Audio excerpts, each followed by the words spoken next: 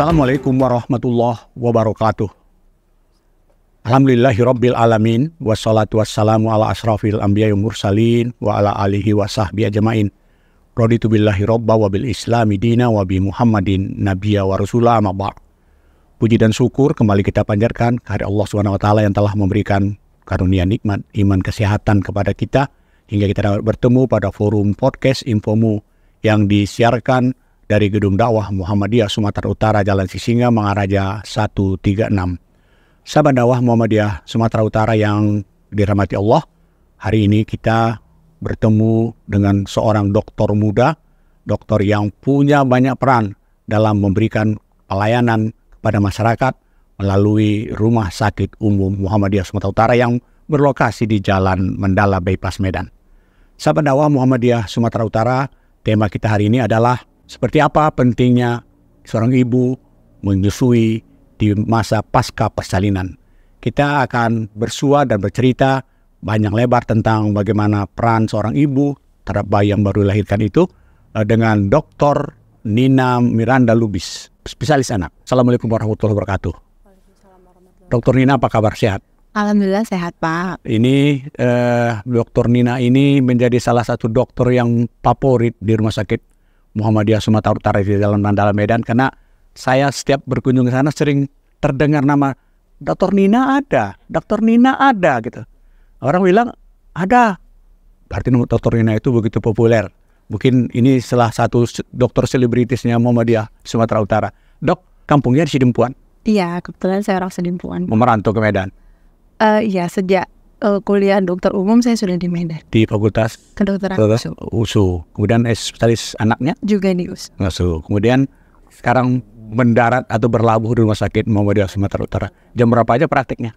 Saya sore biasanya, Pak, dari jam 15.30 sampai jam 17.30.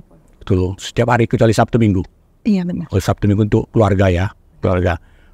Banyak pasien di sana, Dok, anak-anak. Saya lihat asal saya pernah ngantar cucu di sana kayaknya antri ya. Aduh, kita senang kalau Rumah Sakit Umum Muhammadiyah itu antri banyak orang di sana, berarti pelayanannya berarti jauh semakin baik, dan kita berharap juga Rumah Sakit Muhammadiyah Sumatera Utara akan jauh lebih baik, terutama kualitasnya juga akan lebih baik. Dok, kami akan spesialis membicarakan masalah ibu, anak, persalinan, dan menyusui. Saya pikir tema ini sering menjadi debat, diskusi di banyak tempat khusus masalah kesehatan. Dok, menyusui pasca persalinan itu menjadi sesuatu yang dirindukan oleh ibu atau menjadi sesuatu yang ditakutkan oleh seorang ibu muda terutama? Terima kasih, Pak.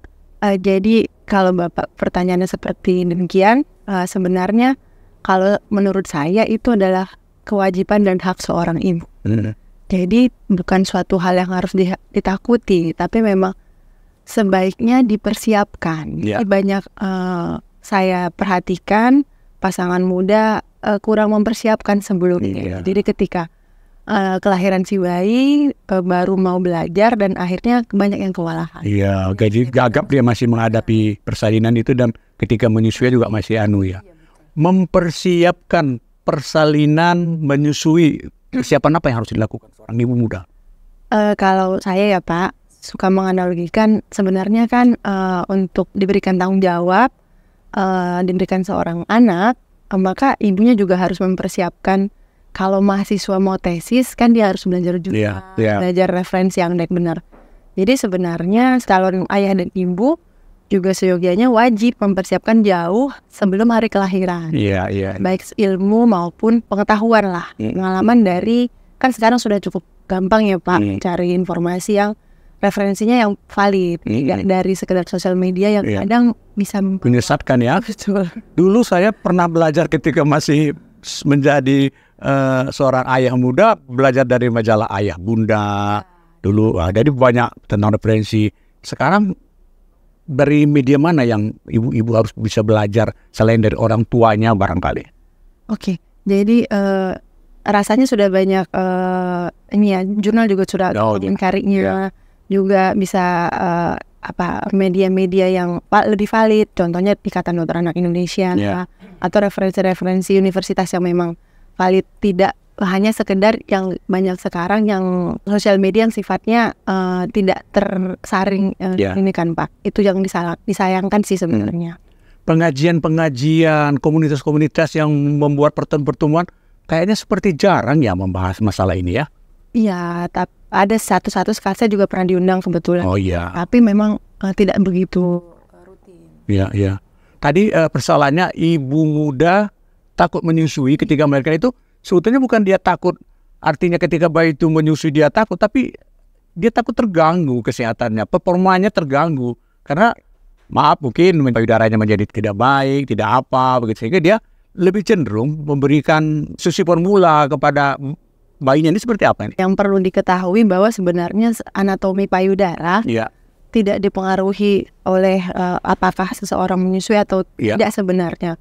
Maka sesuai dengan perjalanan waktu, anatomi payudara memang akan mengendur pada waktunya dengan dia menyusui apa tidak menyusui. Dan tidak disebabkan oleh menyusui bayi ya? Tidak, malah dengan menyusui banyak secara penelitian, jurnal-jurnal juga banyak menyebutkan malah mencegah resiko untuk CA payudara. Iya, payudara. Mengendurkan payudara dan lain-lain. Lalu payudara bisa lebih sehat ya? Iya. Kemudian apa sesungguhnya harus dipersiapkan seorang ibu muda untuk menyongsong kelahiran bayi pertamanya? Apa yang paling penting dipersiapkan? Iya, baik Pak. Jadi kan banyak kita lebih ke perlengkapan bayi dan yang lain-lain. Iya, lebih cenderung ke itu. Tapi kalau saya boleh memberi saran, calon ibu sebaiknya jauh dari hari pertama dinyatakan sudah hamil contohnya. Jadi mempersiapkan mental ya Pak. Iya. Karena akan jauh berbeda ketika setelah melahirkan dengan tanggung jawab yang baru dan sesuatu jika berjalan tanpa manual, tanpa persiapan, tanpa pengetahuan, itu yang banyak akhirnya digoda dengan pemberian susu formula.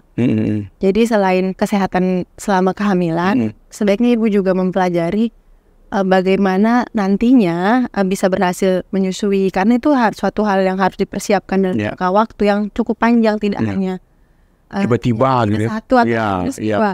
Karena kita tahu perempuan sangat adalah manusia hormonal. Selama kehamilan dan proses melahirkan akan terjadi lonjakan-lonjakan hormonal yang sangat mempengaruhi mood kan Pak. Jadi kita dengar pernah Bapak mungkin sering dengar baby blues. Dan itu salah satu yang biasa menghalangi ibu bisa menyusui dengan lancar. Sahabat dakwah Muhammadiyah jelas bilang Dr. Nina bahwasanya ada kecenderungan di kalangan ibu-ibu muda lebih fokus mempersiapkan dorongan bayi, baby setnya, pakaian-pakaian berbagai model, malah udah menyiapkan bendo-bendonya, padahal bayinya belum lahir. Sementara banyak ibu muda yang lupa masalah asupan gizi dia ketika menghadapi persalinan.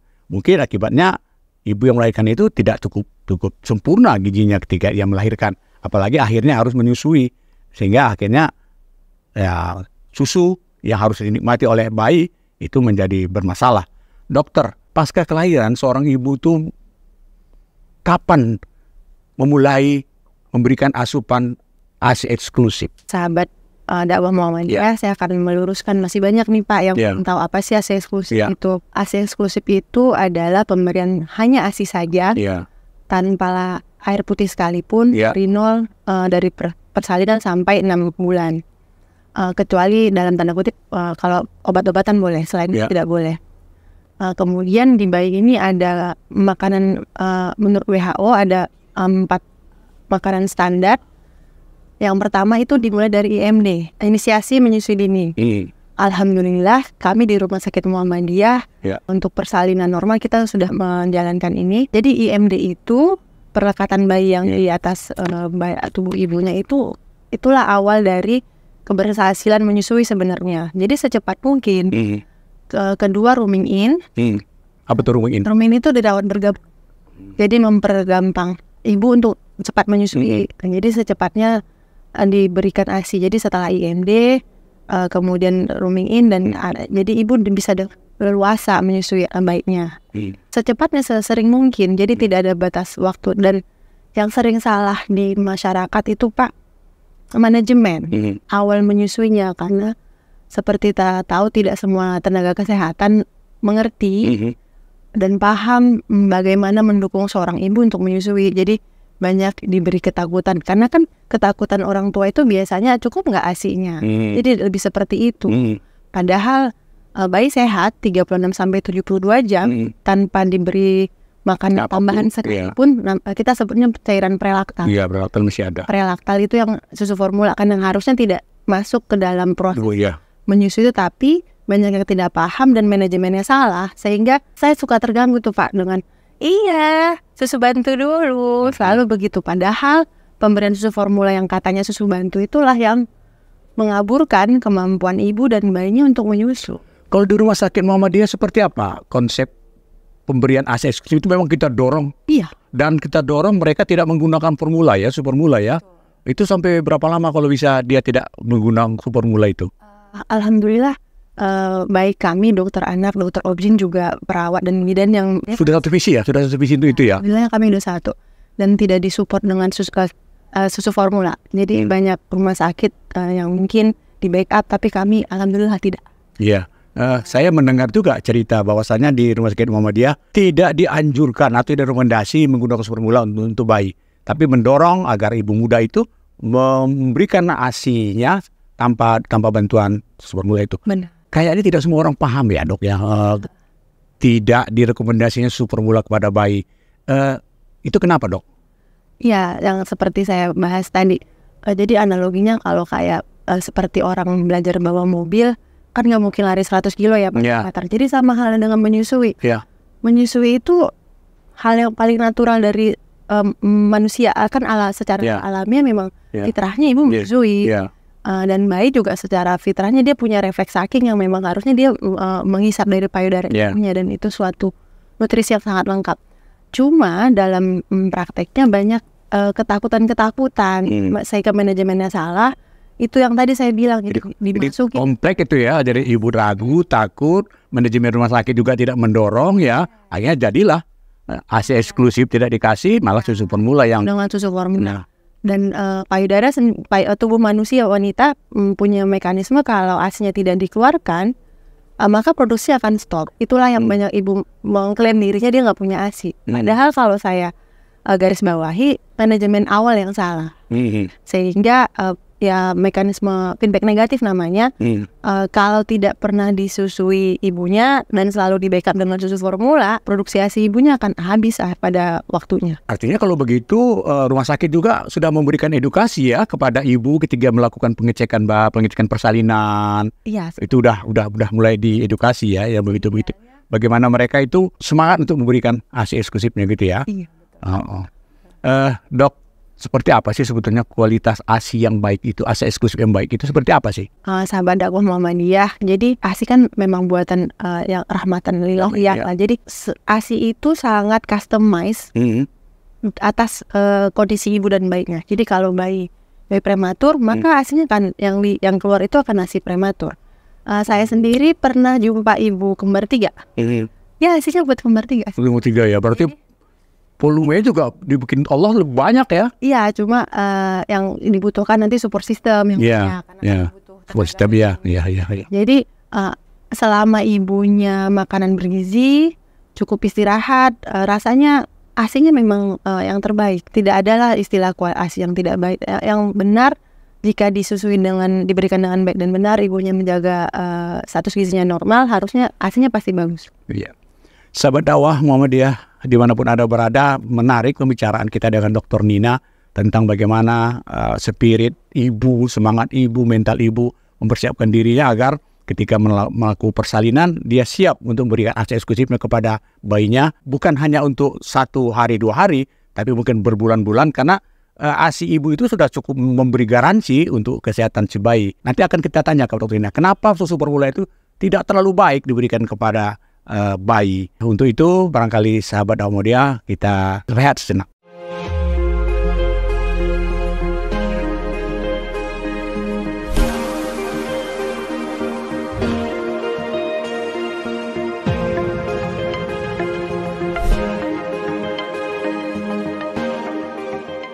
Sahabat dakwah Muhammadiyah dimanapun Anda berada, kita tadi sudah melakukan perbincangan dengan Dr. Nina, dokter spesialis anak yang hari-hari ini berkutat di Rumah Sakit Muhammadiyah Sumatera Utara, yang pasiennya cukup banyak, antrinya kalau Anda berobat ke sana atau menjumpai beliau, ya harus lebih awal datang. Kalau enggak, Anda bisa dapat setelah maghrib. Sahabat dakwah Muhammadiyah, kita masih melanjutkan pembicaraan seputar susu ASI eksklusif dan cerita tentang susu formula. Dok, sebetulnya kenapa sih susu formula itu tidak kita rekomendasi? Susu formula itu kan banyak ya Pak. Jadi susu formula itu sebenarnya berasal dari susu sapi lah ya. Pada umumnya kebanyakan susu sapi yang diformulasikan menyerupai ASI. Jadi peruntukan nutrisinya juga sebenarnya untuk bukan kebutuhan yang seharusnya dibutuhkan oleh seorang bayi. Jadi dia memang untuk bayi hewan lainnya, tapi diformulasikan mendekati seperti ASI. Dan pastinya tidak mungkin bisa 100% sama. Jadi susu formula ini sebenarnya diformulasikan, diciptakan awalnya pada ibu-ibu yang memang kesulitan, atau contoh ibunya meninggal dunia, atau ada penyakit-penyakit tertentu yang tidak boleh menyusui dan segala macam. Tapi pada kenyataannya susu formula kan menjadi satu industri. Maka banyak yang sangat disayangkan pemberian susu formula yang tidak atas indikasi. Itu yang sangat saya sayangkan di masyarakat. Produsen susu formula akan mencari keuntungan sebesar-besarnya dengan mempromosikan sebagus-bagusnya produknya dan mengabu-abukan atau bahasanya menggagalkan upaya ibu yang memang seyogianya harusnya menyusui. Jadi kalau ditanya berdasarkan penelitian, anak-anak yang tidak mendapat ASI eksklusif akan banyak mendapati penyakit-penyakit antara infeksi, alergi, dan lain-lain yang sebenarnya tidak dapat kalau ibunya memberikan ASI eksklusif. Itu sih.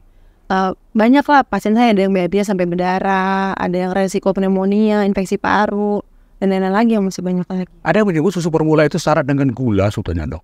Iya. Itu gimana? Gula dikonsumsi bayi? Iya, bentukan gula kan banyak ya Pak. Jadi ada fruktosa dan lain-lainnya. Jadi susu formula ini kan susu sapi yang dimasukkan ke pabrik, diformulasi dengan segala teknologi, kemudian ditambahkan dengan bahan-bahan lainnya yang kebanyakan juga dimasukin gulanya itu. Sehingga zaman sekarang kan banyak anak-anak obes juga mungkin sebabnya itu mungkin ya. Jadi dia memang sumbangan dari pemberian susu formula yang kebanyakan juga kalau mempengaruhi kemampuan makan akhirnya. Jadi dia keterusan. Pasien saya banyak tuh sampai 2-3 tahun anaknya nggak pandai makan, hanya keterusan susu aja ya. Jadi banyaklah hal yang tidak baik yang hasil dari pemberian susu formula ini.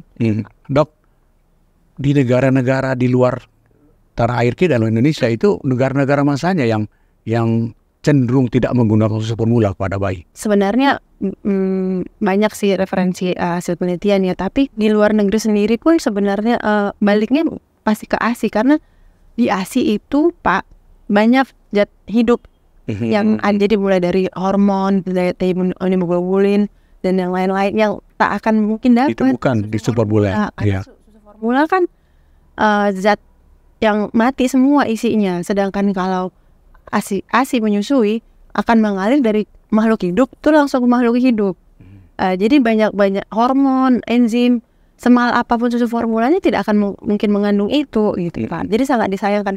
Jadi kalau orangnya teredukasi dengan baik, maka tidak akan segampang itu menyerah sama susu formula. Begitu juga orang-orang luar mungkin yang tingkat pendidikannya lebih tinggi kan. Kalau kita tidak menggunakan susu formula tapi hanya ASI eksklusif atau ASI ibu, zat makanan tambahan apa lagi itu bayi yang bisa untuk membuat dia lebih sehat gitu? WHO dan UNICEF juga menyarankan 0-6 bulan kan makanannya masih makanan cair. Ini memang tidak boleh menambah zat makanan lain selain ASI atau pengganti ASI, yaitu susu formula kalau ada indikasi medis lah. Gitu. Jadi tidak boleh memang tambahan makanan lain.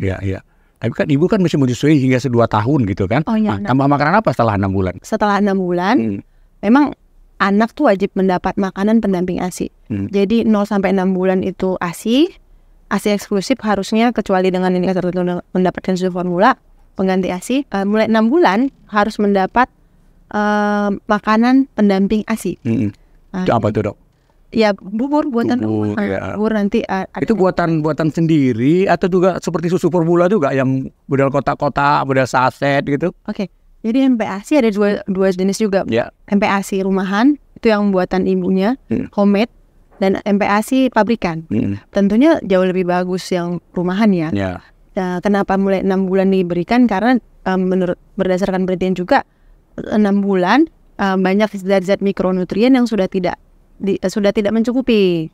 Jadi harus ditambahi dari makanan pendamping ASI. Jadi 6 bulan itu dia 30% makan MPASI-nya, 70% ASI. Gitu sejalan dengan usia. 9 bulan udah mulai 50-50. Begitu setahun 100% nutrisinya udah dari makanan rumah. Karena 1 tahun tuh secara teori anak harus makan rumahan. Walaupun ASI diteruskan sampai 2 tahun. Ibu menyusui itu biasanya sampai berapa lama sih baru bisa dihentikan? Dikatakan sampai 2 tahun, tapi proses penyapihan dikembalikan lagi ke ibu karena menyusui kan bukan hanya sekedar mentransfer nutrisi, tapi juga ada bagian dari parenting, kasih sayang buat anaknya. Jadi anak di atas 2 tahun kan udah cukup bisa mengerti komunikasi, jadi pelan-pelan udah bisa di-winning, istilahnya bisa disapi. Dokter Rina, saya ketika bermain ke rumah sakit Muhammadiyah di Jalan Mandala, itu antrian juga untuk vaksinasi. Bisa cerita seputar vaksinasi untuk bayi? Oke. Jadi vaksinasi itu adalah pemberian daya tahan tubuh spesifik. Jadi kalau ada daya tahan tubuh itu ada yang non spesifik, ada yang spesifik. Mengingat kita negara tropis, maka sangat banyak penyakit-penyakit infeksi yang banyak angkanya tinggi di Indonesia. Dan penyakit-penyakit tersebut bisa kita cegah dengan cara apa? Dengan cara pemberian vaksinasi, lebih sering disebut dengan imunisasi. Jadi Ikatan Dokter Anak Indonesia udah punya jadwal.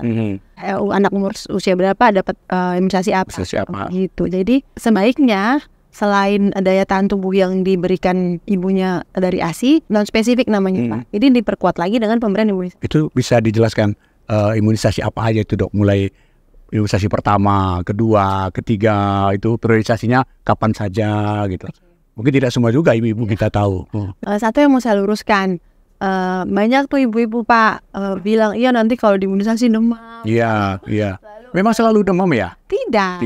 Hanya ada beberapa vaksin, jenis vaksin yang memang ikutan pasca imunisasinya demam. Tapi pun kan bisa kita tanggulangi dengan pemberian obat demam dan lain-lainnya. Cuma karena itu suatu momok menakutkan, kan banyak ibu-ibu ini yang parno nih demam. Jadi dengar-dengar cerita anaknya diimunisasi demam, jadi takut. Malah ibunya demam duluan ya? Iya, jadi takut dapat vaksinasinya. Kalau ibunya teredukasi dengan baik, pendidikannya bagus, maka harusnya mengerti bahwa pemberian imunisasi ini adalah seperti training. Jadi kita kayak melatih anak kita. Jadi vaksinasi itu kita memberikan virus dan kuman yang dimatikan. Tapi dengan dosis yang benar dan terhitung yang bisa memunculkan daya tahan tubuh secara spesifik. Sakit apa? Sakit difteri, pertusis, tetanus, dan lain-lain yang ada di jadwal. Kalau Bapak tanya jadwalnya banyak, nanti bisa lihat di internet, apa juga banyak ikatan. Ketik aja jadwal imunisasi, dia ada peruntukannya bulan sekian dapat apa-apa saja. Jadi rutinnya kita buatnya tiap bulan. Selain mendapat imunisasi, bayinya juga kita evaluasi tumbuh kembangnya, berat badan dan lainnya.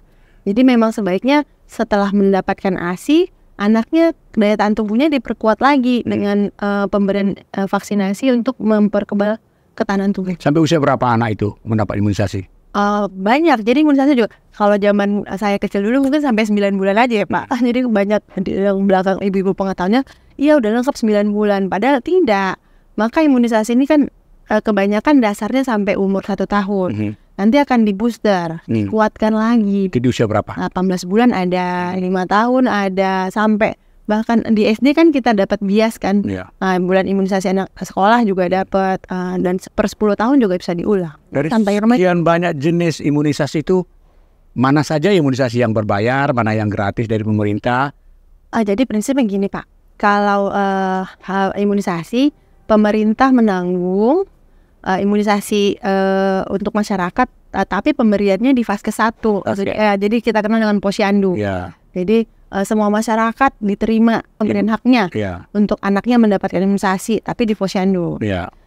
Ketika ke rumah sakit kan dapat konsultasi lebih nih sama dokter spesialis anaknya. Jadi memang ada biayanya. Jadi sahabat dakwah Muhammadiyah Sumatera Utara yang dirahmati Allah, menarik masalah kesehatan ini, terutama untuk bayi. Setelah kita tadi berbincang bagaimana pemberian ASI oleh ibu, kemudian tidak ada korelasinya pemberian formula, tapi lebih banyak kepada proses makanan rumahan lagi ketika dia udah usia 6 bulan ke atas. Dan kita bercerita tentang seputar imunisasi. Rumah Sakit Muhammadiyah Sumatera Utara memberikan layanan imunisasi kepada bayi. Nah, di sana Anda mendapatkan konsultasi yang benar dari dokter-dokter di sana, terutama ada Dokter Nina di sana, bagaimana sesungguhnya apa yang harus Anda lakukan untuk proses-proses pertumbuhan anak Anda ke depan. Mungkin Anda juga bisa bertanya di sana, harus Anda berbuat apa selanjutnya selain imunisasi. Dok, sekarang ada kecenderungan bayi itu mengalami gejala obesitas. Banyak sekali sekarang obesitas. Itu salahnya di mana sih? Sahabat dakwah Muhammadiyah, jadi pertanyaan tersebut agak kompleks nih jawab Pak. Karena banyak faktor ya. Jadi bisa pertama itu tadi yang kita bahas di awal. Kecenderungan orang tua sekarang kan Pak mau cepet aja. Jadi pakai susu formula. Setelah pakai susu formula, anaknya nangis sedikit, semua jadi ada kecenderungan nagih dia gula. Jadi dia manis ya, lemak. Dan berdasarkan penelitian, anak yang memakai empeng, botol dodot, tidak punya satisfied apa? Tidak terlatih rasa kenyangnya. Jadi dia akan karena selalu ditakar nih sekian cc dan akhirnya itu akan adiksi. Jadi nambah. Kemudian orang tua yang penting anak senang, anak diam, apa mengkontrol berat badan dan lain-lain. Itu bisa satu. Yang kedua, kecenderungan sekarang zamannya instan ini, contohnya juga makan makanan fast food kan. Makan makanan yang cepat saji itu banyak mengandung garam dan gula yang tinggi. Jadi juga menyumbang angka obesitas anak. Kemudian kemarin COVID juga di rumah aja, gak banyak kegiatan. Waktu zaman kecil udah main karet, main dan lain-lain yang main ali cendong gitu ya. Lebih aktif. Anak sekarang tuh fokusnya lebih ke gadget. Jadi sedentary life namanya. Kurang kalori lah, pembakaran kalori juga menyumbang angka itu. Itu anak kalau obesitas tidak kita kendalikan, itu seperti apa sih nanti besarnya? Itu kayak bom waktu. Itu dia kayak bom waktu. Memang sekilas nggak kelihatan, tapi banyak organ-organ dalam kan yang terancam lah bahasanya, perlemakan hati, perlemakan jantung, dan organ kita ini apa ya, dia tidak akan teriak kalau belum 80% habis. Jadi dia kalau masih rusak-rusak sedikit tuh masih tenang dan nggak dikontrol kan. Kalau udah keluar gejala artinya udah lebih 80% udah rusak. Begitu. Jadi udah terlambat. Biasanya rata-rata gitu, dan perlu butuh ekstra kan, tenaga, ekstra biaya juga. Dok, kalau saya punya cucu, hari apa aja saya bisa datang ke rumah sakit menemui dokter? Kebetulan di rumah sakit Muhammadiyah kan saya ada kawannya juga, dokter Ifrah. Jadi kami ada dua ya. Dokter apa tuh lagi? Dokter Ifrah Ramli. Ifrah nih. Kebetulan beliau lebih pagi. Jam berapa itu dok? Biasanya jam 10 sampai jam 12. Iya, Dokter Nina jam berapa? Saya lebih ke sore. Iya sore. Jadi sahabat dakwah Muhammadiyah, buat Anda yang berada di Kota Medan sekitarnya, bila Anda punya bayi, ingin melakukan konsultasi, ada masalah kesehatan pada bayi, datang aja ke Rumah Sakit Muhammadiyah di Jalan Mandala Bypass pagi sekitar jam 10 sampai jam 12, kemudian jam 15 ya dok ya? Iya. 15.30 sampai menjelang maghrib ada Dokter Nina di sana. Silakan aja berkonsultasi, Anda mendapatkan tips-tips bagaimana merawat bayi, bagaimana Anda tindakan apa yang harus Anda lakukan ketika bayi Anda sakit, kemudian bagaimana proses imunisasi atau vaksinasi bayi Anda. Rumah Sakit Muhammadiyah siap menerima kehadiran Anda di sana untuk mendapatkan konsultasi yang baik. Dok, sebelum kita mengakhiri diskusi pada hari ini, apa testimoni atau pesan-pesan dokter yang perlu disampaikan kepada ibu, terutama ibu-ibu muda lah hari ini? Apa pesannya dok? Oke, terima kasih Pak, sahabat dakwah Muhammadiyah. Kalau saya bikin analogi gini Pak, kalau mau lulus S1 ya kan, seperti yang saya katakan tadi, jadi perlu persiapan untuk lulus ujian tesis lah, ujian skripsi. Maka untuk menjadi ibu yang memang bertanggung jawab, bisa membesarkan anak dengan baik dan benar, maka perlu dipersiapkan jauh hari. Jadi tidak hanya persiapan material, tapi lebih ke mental. untuk dapat mengemban amanah yang akan diberikan ke kita. Mungkin itu aja sih, Kak. Sahabat dakwah Muhammadiyah, menarik tip yang diberikan Dr. Rina kepada kita, terutama buat Anda pasangan muda yang belum melahirkan tapi sudah barangkali sudah mulai mengandung, mulai menghadapi persalinan. Persiapkan mental Anda. Persiapkan mental Anda menjadi seorang ibu. Persiapkan mental Anda ketika Anda mulai memberikan ASI eksklusif. Kemudian rawatlah bayi Anda sesuai dengan aturan-aturan yang benar. Jangan Anda ingin instan memberikan susu formula yang berlebihan, memberikan makanan yang cepat saji, dan itu hanya menyenangkan Anda, memudahkan tugas Anda, tapi sesungguhnya Anda memberikan bom waktu kepada bayi Anda. Sahabat dakwah Muhammadiyah manapun Anda berada, Rumah Sakit Muhammadiyah Sumatera Utara membuka pelayanan untuk pelayanan kesehatan kepada bayi dan anak ini. Dan Rumah Sakit Muhammadiyah Sumatera Utara selain memiliki dokter spesialis obgyn, juga memiliki 2 tenaga dokter spesialis anak. Terima kasih Dr. Rina. Diskusi kita pada hari ini, tentu saja informasi ini sangat mencerahkan kepada masyarakat dan terutama kepada mereka ibu muda. Mari kita akhiri diskusi tentang seputar kesehatan ibu, bayi, dengan harapan semoga pengetahuan ini dapat disebar luas. Demikian, Nasrul minallah wa barakatuh. Assalamualaikum warahmatullahi wabarakatuh.